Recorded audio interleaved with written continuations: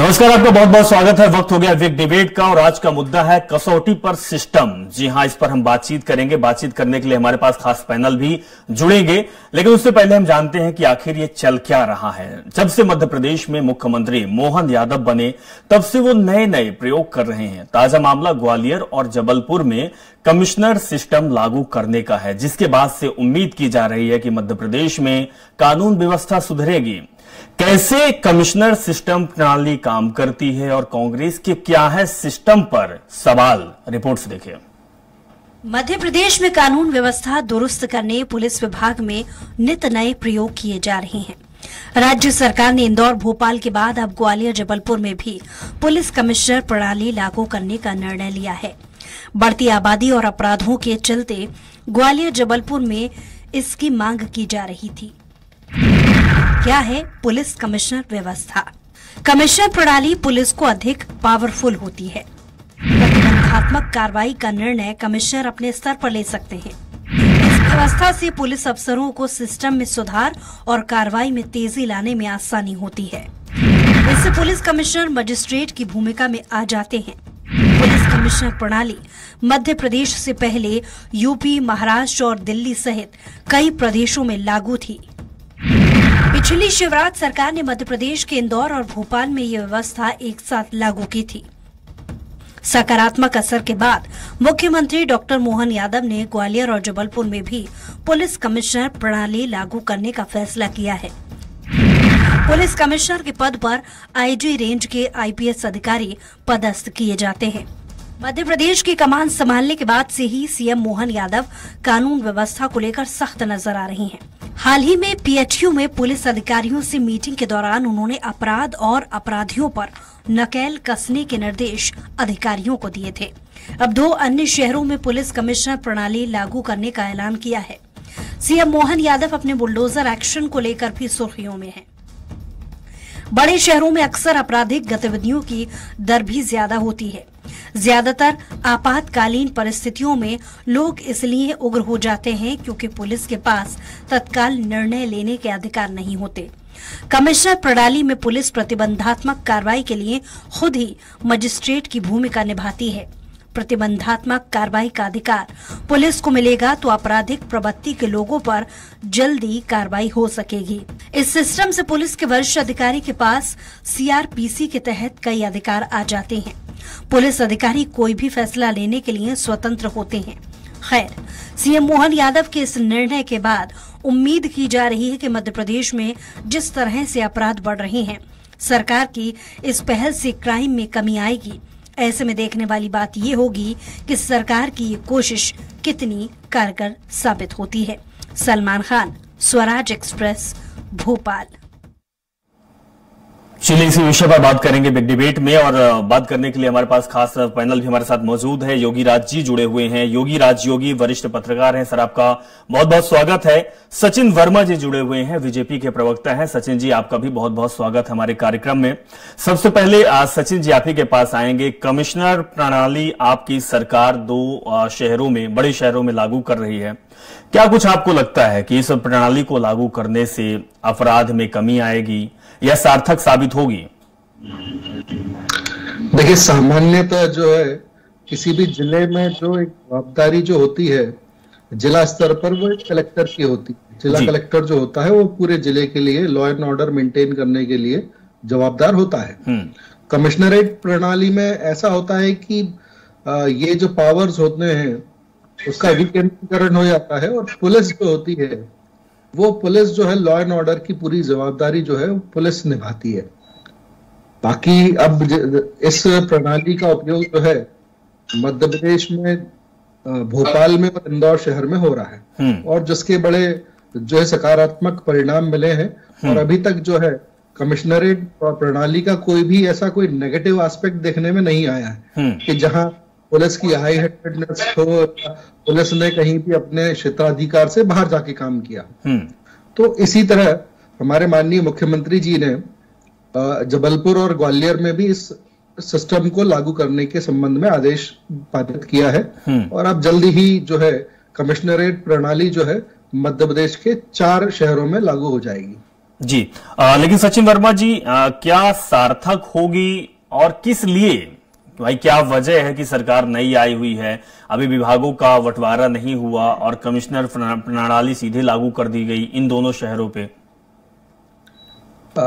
देखिए, मूल रूप से जो आईएएस ऑफिसर्स होते हैं या कलेक्टर होते हैं जी, उनका मूल कार्य जो होता है रेवेन्यू से रिलेटेड होता है।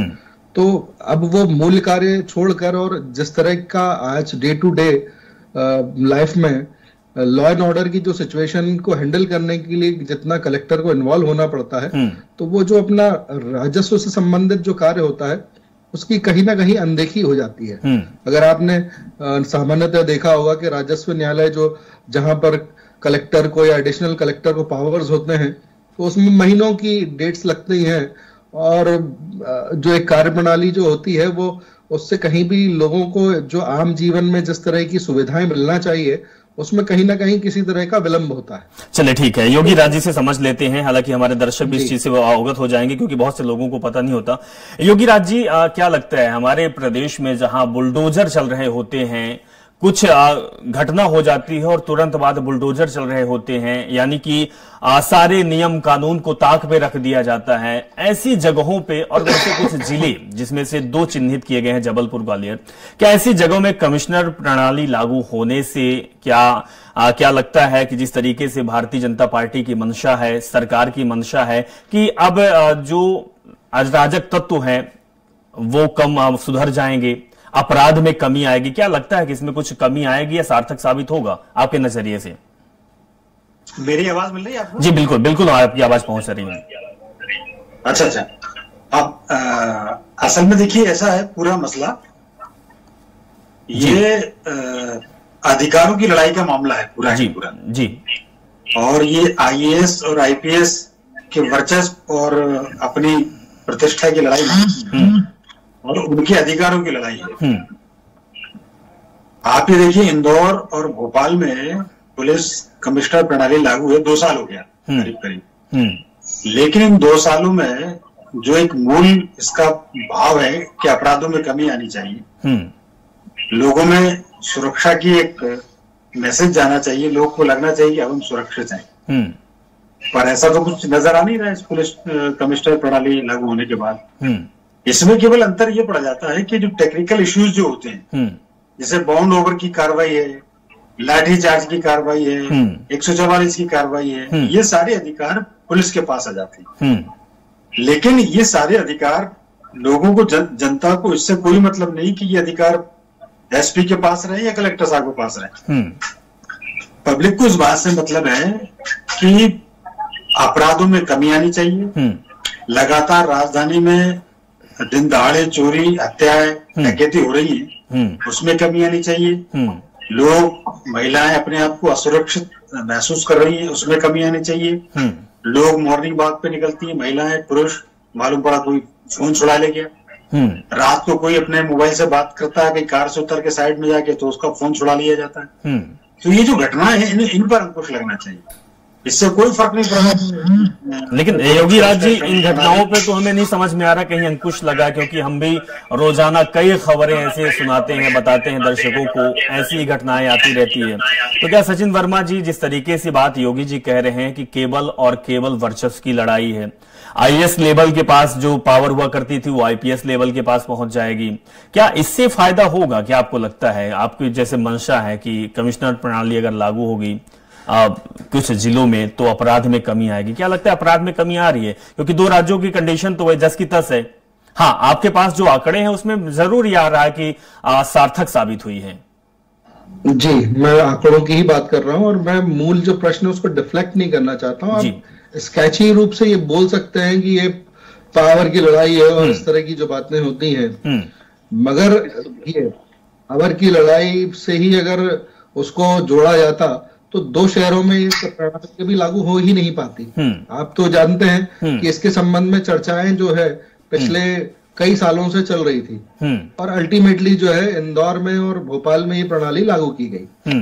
तो उसके सकारात्मक नाम हमको देखने को आए हैं। पर भोपाल शहर में और इंदौर शहर में अपराधों में जिस तरह से कमी आई है और जो कसावट आई है प्रशासन की, तो उसका एक परिणाम जो देखने के बाद में और उसको एनालिसिस करने के बाद में अब जो है जो दो और शहर जो राजभोगी शहर कहलाते हैं जबलपुर और ग्वालियर, उसमें इसको लागू करने की अब कवायद शुरू हो चुकी है।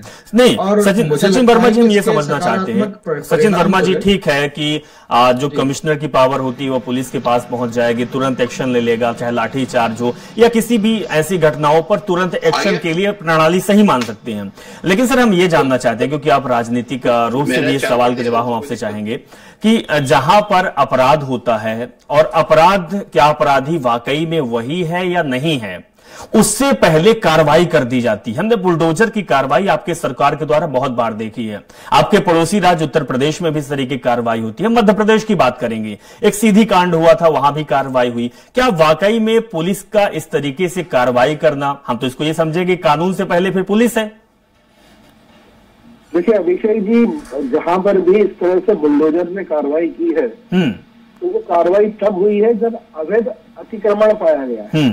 ऐसी कोई कार्रवाई नहीं हुई है कि वो जो जमीन पर कोई कंस्ट्रक्शन था और वो वैलिड रूप से किया गया था और सारी परमिशन के साथ किया गया था और उसको ढा दिया गया।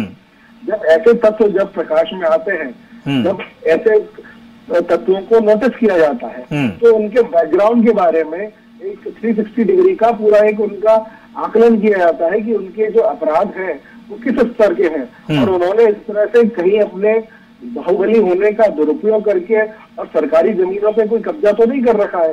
और जब कब्जा पाया जाता है तो उसको हटाया जाता है, उसको बुलडोजर चलाया जाता है और उसको जब्त किया जाता है। ठीक है, ये अब आगे चल के जो एक्शन लिया जाएगा कमिश्नर के द्वारा लिया जाएगा, मतलब कि इसमें कलेक्टर की इन्वॉल्व नहीं रहेंगे, कमिश्नर के पास सीधे पावर हो जाएगी।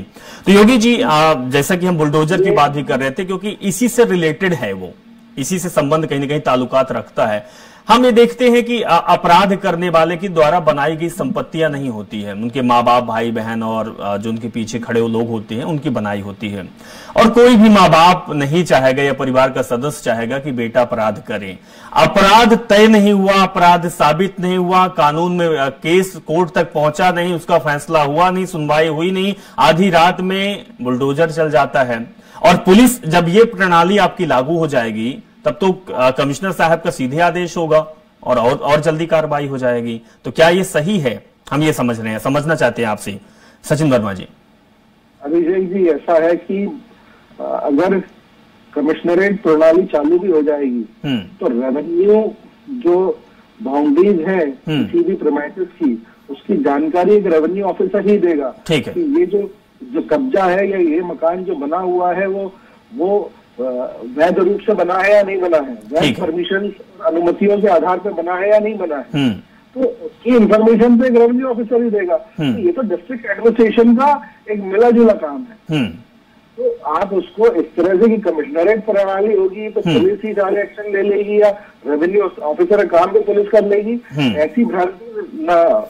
सर वर्मा जी, रेवेन्यू की आप बात कर रहे हैं, तो जो आरटीओ होता है, आरटीओ का रेवेन्यू भी फिर इसी प्रणाली में शामिल होगा, वहां भी एक्शन लिया जाएगा?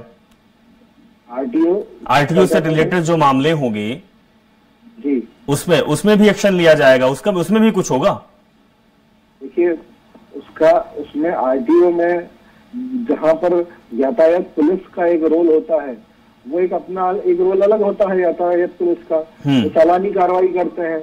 आरटीओ का अपना एक अलग रोल होता है कि वो जो वाहनों का रजिस्ट्रेशन करते हैं और उनकी नंबर प्लेट जो है, रजिस्ट्रेशन नंबर इशू करते हैं, नंबर प्लेट का जो है सुनिश्चित करता है कि नंबर प्लेट सही तरीके से लगी हो। तो यातायात पुलिस सर, ये सचिन वर्मा जी, ये सवाल हमने आपसे इसलिए पूछा क्योंकि आज हमारे प्रदेश में बहुत बड़ी घटना हुई। योगी राज जी, सवाल आपसे भी है कि आज बहुत बड़ी घटना हुई जिसमें 13 लोगों की जान चली गई। लापरवाही में पुलिस कलेक्टर को भी हटाया गया, एसपी को भी हटाया गया और आरटीओ के जो आयुक्त हैं उनको भी हटाया गया है। तो योगी राज जी, हम क्या समझें कि लापरवाही एक दिन से तो हुई नहीं। अगर कोई पार्टी बोलेगी कि हमारी सरकार अच्छा काम कर रही है, तो ये जो पूरे प्रदेश में, ठीक है, ये 2 शहरों की बात है कि चलो कमिश्नर प्रणाली होगी, हम थोड़ा सा इससे आगे उठकर देखते हैं कि जो प्रदेश में घटनाएं होती है उसकी जवाबदारी किसकी होती है? मुख्यमंत्री की होती है।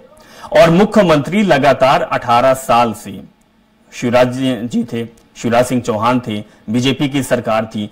तो जो कांड आज हुआ, जो घटना आज हुई है, उसके जिम्मेदारी कौन लेगा? योगी जी। बिल्कुल सही, ये बिल्कुल सही बात है। जब प्रदेश की संपन्नता की, प्रदेश की खुशहाली की, प्रदेश की पॉजिटिव चीजों की जिम्मेदारी मुख्यमंत्री लेते हैं, तो इन सबकी जिम्मेदारी भी मुख्यमंत्री की बनती है। और प्रदेश में सब चीज दुरुस्त रहे, इसलिए पुलिस का प्रशासन पर नियंत्रण, इसलिए क्षेत्र स्तर का प्रशासनिक अफसरों पर, प्रशासनिक मशीनरी पर कंट्रोल बहुत जरूरी है। आपने जिक्र किया शिवराज जी के पिछले 18 साल को देखा जाए तो उनका प्रशासनिक अफसरों पर पकड़ ढीली रही। और ये जो शायद आप गुनाह आरोन घटना के जिक्र कर रहे हैं, शायद बस दुर्घटना का जिक्र कर रहे हैं, अब आप इस बात से अंदाज लगाइए कि वो जो बस चल रही थी उसका रजिस्ट्रेशन ही समाप्त हो गया था, उसका बीमा समाप्त हो गया था। अब आज नहीं, 2020-21 से यही मामला चल रहा है। तो मैं वही तो कह रहा हूँ कि आपने कलेक्टर से हटा के अधिकार पुलिस को दे दें, पुलिस से हटा के और कमिश्नर साहब को दे दें, जिससे फर्क थोड़ी पड़ रहा है। अब सवाल इस बात का है कि उन अधिकारों का इम्प्लीमेंटेशन कैसा हो। बिल्कुल योगी जी, इसीलिए गुना के मुद्दे को लाया गया है, इसीलिए इस पर हम चर्चा किए हैं कि पहले तो जड़ को पकड़ना होता है। ठीक है, आपने पावर वो कमिश्नर को दे दी है, कि कलेक्टर को आपने दी है, कि एसपी को दी है, लेकिन जड़ कहां है, खामियां कहां है, गलतियां कहां से हो रही है, गलतियों का सबब कौन लेगा? सचिन वर्मा जी, रेवेन्यू की बात आप कर रहे थे, मैं इसीलिए आपका आया कि जो परिवहन डिपार्टमेंट है वहां भी आपके मंत्री होते हैं, परिवहन मंत्री होते हैं, वहां से भी रेवेन्यू आता है, वहां पर भी लोग काम करते हैं। तो क्या कमी है कि ये सारी चीजें हो जाती है और पता चलता है बाद में कि 2020-21 से रजिस्ट्रेशन नहीं है, कोई भी मापदंड में खरी चीजें नहीं उतर रही है? देखिए अभिषेक जी, जो जिले में राज्य सरकार का जो प्रतिनिधि होता है वो कलेक्टर होता है। गुना में जो प्रतिनिधि के रूप में थे वो जिला कलेक्टर थे, और जिला कलेक्टर और पुलिस अधीक्षक जो होते हैं वो मुखिया माने जाते हैं। डिस्ट्रिक्ट एडमिनिस्ट्रेशन को चलाने के लिए उनकी रिस्पॉन्सिबिलिटी बनती है, और समय समय पर वो सारे विभागों को साथ लेकर मीटिंग करते हैं और उनकी समीक्षा की जाती है, उनके कार्यों की, और ये ओवरऑल जो जिम्मेदारी बनती है कलेक्टर और पुलिस अधीक्षक की बनती है। इसलिए जो कार्रवाई हुई उसमें उनका भी ट्रांसफर कर दिया गया, और जो डायरेक्टली रिस्पॉन्सिबल ऑफिसर्स थे उनको निलंबित कर दिया गया। तो एक प्रभावी कार्रवाई जो है नए मुख्यमंत्री महोदय के द्वारा की गई है, और मुझे लगता है कि उसको बिल्कुल सचिन वर्मा जी हमारे साथ राकेश सिंह भी जुड़ चुके हैं, कांग्रेस के प्रवक्ता हैं, उनके पास भी चलेंगे। राकेश जी, आपको ये पता होगा हमारा जो डिबेट का मुद्दा है कि 2 अब जो जिले हैं कमिश्नर प्रणाली उसमें लागू होने जा रही है, ग्वालियर और जबलपुर। आपको क्या लगता है कि जिस तरीके से सरकार ये कदम उठाई है कितना सार्थक साबित होगा उस समय जब हमारे मध्य प्रदेश में गुना जैसी घटना हो जाती है, 13 लोगों की जान चली जाती है और कई घटनाएं हैं। अभी योगी राज जी ने कही है कि अभी भी भोपाल में, चाहे इंदौर की बात करें, जो बड़े शहरों में कमिश्नर प्रणाली जो लागू हुई थी वहां भी कुछ अंकुश नहीं लगा है, घटनाएं वहां भी हो रही है, चैन स्नेचिंग की हो रही है, वहां भी महिलाओं के साथ बदसलूकी हो रही है, वहां भी आतंक बढ़ रहा है, वहां भी मारपीट हो रहा है, गुंडागर्दी हो रही है, गोलीबाजी हो रही है। तो फिर आखिर मतलब ही क्या है? आपको क्या लगता है, आपका दृष्टिकोण क्या है इसमें? देखिए, जो इंदौर भोपाल में पुलिस कमिश्नरी है उसको आप बहुत साधारण शब्दों में समझिए कि वो झोला साफ डॉक्टर के होता है, उसके आगे अगर बोर्ड एमबीबीएस का लगा दिया जाए तो वो कैसे इलाज करेगा ये सबको पता है। पुलिस कमिश्नरी लागू करना, सीएसपी के आगे एसीपी लिखना, असिस्टेंट पुलिस कमिश्नर बनाना, इससे पुलिस कमिश्नरी लागू हो जाएगी क्या? इनको कौन सी ट्रेनिंग दिलाई गई? महाराष्ट्र में पुलिस कमिश्नरी सालों हो गए लागू हुए, दिल्ली में लागू हुए, चेन्नई में लागू हुए। क्या यहाँ के पुलिस अधिकारियों को प्रशिक्षण लेने पहुंचाया आपने कभी? कोई एक कार्य योजना बनाई कि इनको किस तरीके से काम करना है? सिर्फ नेम प्लेट बदल दी। ना उनके पास वो पर्याप्त बल है, ना संसाधन है, ना व्यवस्थाएं है, ना उनका नेटवर्क है, ना सीसीटीवी कैमरों का कोई प्रदेश में नेटवर्क है। आप इंदौर भोपाल के प्रमुख चौराहे पे चले जाइए, आपको सीसीटीवी कैमरे कितने चालू है आपको अंदाज लग जाएगा शहर की सुरक्षा व्यवस्था क्या है। आज ही इंदौर की एक बड़ी घटना है कि थाने के 2 पुलिस वालों ने एक लूट को अंजाम दे दिया। अब आप सोच सकते हैं कि पुलिस कमिश्नरी में खुद पुलिस वाले अगर लूट रहे हैं और उनकी शिनाख्त परेड हुई और वो पकड़ाए गए, तो पुलिस कमिश्नरी में कानून अपराध जो अपराधी तो बढ़ ही रहे हैं, पुलिस वाले भी अब अपराध करने के लिए स्वतंत्र हो गए हैं, पुलिस की नौकरी कर रहे हैं और लूट कर रहे हैं। तो ये परिचय तो बताता है कि कितनी मजबूर है पुलिस कमिश्नरी कि अपने ही अधीनस्थ जो उनके हवलदार हैं, उनके जो सिपाही हैं, वो लूट को अंजाम दे देते, इसकी उनकी हिम्मत बढ़ गई। बिल्कुल बिल्कुल राकेश जी, आपने एक और बड़ी चीज आपने रख ली। योगी राज जी, एक चीज बोलना चाहूंगा जी राकेश जी, अभी 13 लोगों की मौत की बात कर रहे हैं जो बस का एक्सीडेंट को, अब इसके जिम्मेदार कौन है? इसका जिम्मेदार वही मंत्री है, परिवहन मंत्री गोविंद राजपूत, जिसने पूरे 5 साल भ्रष्टाचार का सैलाब ला दिया मध्य प्रदेश में। ये बस उस समय की है जिनको परमिट नहीं दिए गए, फिटनेस नहीं दिए गए, एक प्राइवेट अकाउंट चलता था उस मंत्री का, उसमें सीधे पैसे जमा होते थे और कोई फिटनेस और प्रमाण पत्र की जरूरत नहीं है। ऐसे कई एक्सीडेंट हुए हैं, नर्मदा में बस गिरी, उसके जिम्मेदार वो हैं, अन्य एक्सीडेंट हुए वहां की मौत हुई, उनके जिम्मेदार अब फिर मंत्री बनने जा रहे हैं, अभी भी फिर उनको परिवहन मंत्रालय ही शायद मिलने वाला। तो आप सोचिए कि ये उन्हीं के इलाके में, सिंधिया महाराज के इलाके में 13 लोगों की मौत हुई है, उसका जिम्मेदार उनका ही शागिर्द है। इसके बाद भी एक शब्द भाजपा के किसी नेता या मुख्यमंत्री ने ये नहीं बोला कि इसका जिम्मेदार वो परिवहन मंत्री है जिसने भ्रष्टाचार का सैलाब लेके आया। बिल्कुल बिल्कुल इतनी मौतें हो रही है कि अव्यवस्थित बसें, बिना फिटनेस, बिना ट्रायल, बिना लाइसेंस के ड्राइवर गाड़ियां चला रहे हैं, लेकिन परिवहन मंत्रालय ऐसा लेके बिल्कुल बिल्कुल राकेश जी, हम यही हम जानना चाहते हैं कि क्या जड़ को बिल्कुल राकेश जी, जड़ में जहां पे फूल और पानी दी जाती है, मिट्टी दी जाती है, पोषक तत्व दी जाते हैं, क्या गड़बड़ी वहां है? ये पौधे को ऊपर हिलाने से कोई मतलब है? हम यही जानना चाहते हैं। सचिन वर्मा जी, आप ये बताइए कि जब कहाँ घटनाएं हो जाती है या संवेदनशील जगहें होती है, तो क्या बताइए वहां पर जब धारा 144 लागू होती है तो क्या उसकी परमिशन कलेक्टर से अब नहीं लेनी पड़ेगी? आप क्या बोल रहे हैं? जी, ये बोला कि जिस जगहों पे धारा 144 लागू करने के लिए कलेक्टर परमिशन देता था, तो क्या आप कलेक्टर से लॉ एंड ऑर्डर कलेक्टर की जरूरत क्या अब नहीं पड़ेगी? कमिश्नर प्रणाली अगर लागू हो जाएगी तो देखिए, कलेक्टर और कमिश्नर का एक मिला जुला जो है निर्णय होता है धारा 144 के संबंध में। तो ये जो कमिश्नर प्रणाली है उसमें दूसरे तरह के जो कार्य होते हैं वो डायरेक्टली जो है कमिश्नर करते हैं, जैसे 107, 116 की कार्रवाई के संबंध में, प्रतिबंधात्मक कार्रवाइयों के संबंध में, तो इस तरह के होते हैं। 144 जो होती है बड़ा डिसीजन होता है, तो उसके संबंध में जो है वो एक मिला जुला डिसीजन होता है। आप कलेक्टर को पूरी तरह से बाहर नहीं कर सकते हो कमिश्नर प्रणाली में। उनका एक रोल जो है एक जिम्मेदार अधिकारी के रूप में, राज्य के एक उच्च अधिकारी के रूप में, एक प्रतिनिधि के रूप में रहता है। बट जो है कमिश्नर प्रणाली में दूसरे तरह के प्रतिबंधात्मक कार्रवाई होती है। नहीं तो वर्मा जी, उनके पास तो पावर रहेगी कि 144 वो अकेले लगा सकते हैं। आईपीएस लेवल का जो अधिकारी होता है उनके पास तो पावर होती है 144 कराने के लिए। जी जी, क्या पूछना चाह रहे हैं, थोड़ा क्लैरिफाई कीजिए। उनके पास में डायरेक्ट पावर होते हैं, ऐसा कहना है आपका? हाँ, ये बताइए, कमिश्नर प्रणाली अगर लागू हो जाएगी तो क्या कमिश्नर के पास ही पावर होगी कि वो अकेले 144 धारा लगा सकता है? कि वो अकेले नहीं ले पाएंगे। अच्छा। और 144 का जो एक डिसीजन होता है, मिला जुला डिसीजन होता है, जिसमें डिस्ट्रिक्ट एडमिनिस्ट्रेशन के समस्त उच्च अधिकारियों का रोल होता है और कलेक्टर का भी मुख्य रोल उसमें होता है। चलिए, बिना सहमति के 144 की कार्रवाई नहीं हो पाई। चलिए योगी राज जी, एक हमारे पास थोड़ा सा वक्त भी कम है इसलिए आपके पास आऊंगा।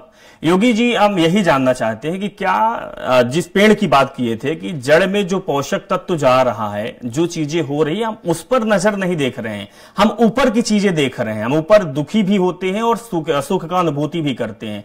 आज जैसी घटनाओं में हमें दुख भी होता है, तो कुछ चीजों में सरकार बड़ी गर्मजोशी के साथ उसका स्वागत भी करती है, खुशी भी होती है। हम ये सोचते हैं, हमारा कहने का मतलब ये है कि क्या ऐसी चीजें, कमिश्नर प्रणाली अगर लागू होती है तो क्या हम अपराध या फिर अपराधी को पकड़ने की जगह सीधे दंडात्मक कार्रवाई करना ही सही रहेगा? क्या ये होना चाहिए या फिर इसका आशय यही निकलता है?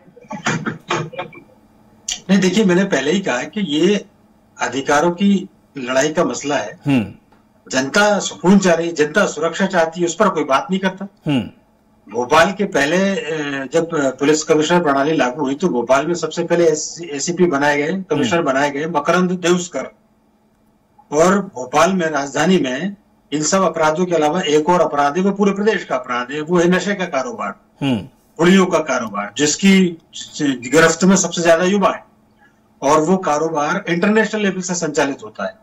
जब वो देउस्कर साहब जब यहाँ से जाने लग गए अपने पूरा कार्यकाल करने के बाद, उनको इंदौर शिफ्ट किया गया, तो उनसे पूछा गया कि साहब आपने क्या किया, आपकी क्या इसमें चाहते थे, क्या नहीं कर पाए? उन्होंने कहा कि मैं इस पे लगाम नहीं लगा पाया। तो जब आप पुलिस कमिश्नर प्रणाली लागू होने के बावजूद इन चीजों पर लगाम नहीं लगा पाए, तो क्या मतलब इन सारी प्रणाली लागू करने से? बिल्कुल सही बात है। और योगी जी, हमने जबलपुर में भी देखा है कि जब कुछ आतंकी नेटवर्क मिला था तो कई चीजें खुलासे हुए, बड़े बड़े लोग उसमें शामिल थे, कहीं न कहीं नेटवर्क की गिरफ्त में। सवाल इसलिए भी अहम हो जाता है कि जब मामले सामने आ जाते हैं, उजागर होता है, तब दूसरी चीजें निकल कर आती है। लेकिन पहले बिसात बिछाई जाती है, पहले रोड मैप बनाया जाता है, उस पर काम नहीं किया जाता। और शायद इसी वजह से इस तरीके की घटनाएं हमारे सामने निकलती है। फिलहाल हमारे पास वक्त बहुत कम है। आप सभी मेहमानों का बहुत बहुत शुक्रिया कि आप लोग हमारे साथ जुड़े। लेकिन जिस तरीके से अब सरकार ने दांव खेली है कि 2 जिलों में कमिश्नर प्रणाली लागू होगी, उससे क्या सार्थक रिजल्ट सामने आएगा? क्या अपराध में नकेल कसी जाएगी या फिर सरकार केवल और केवल अपनी वाहवाही के लिए काम कर रही है? बड़ा सवाल है। फिलहाल इस कार्यक्रम में इतना ही।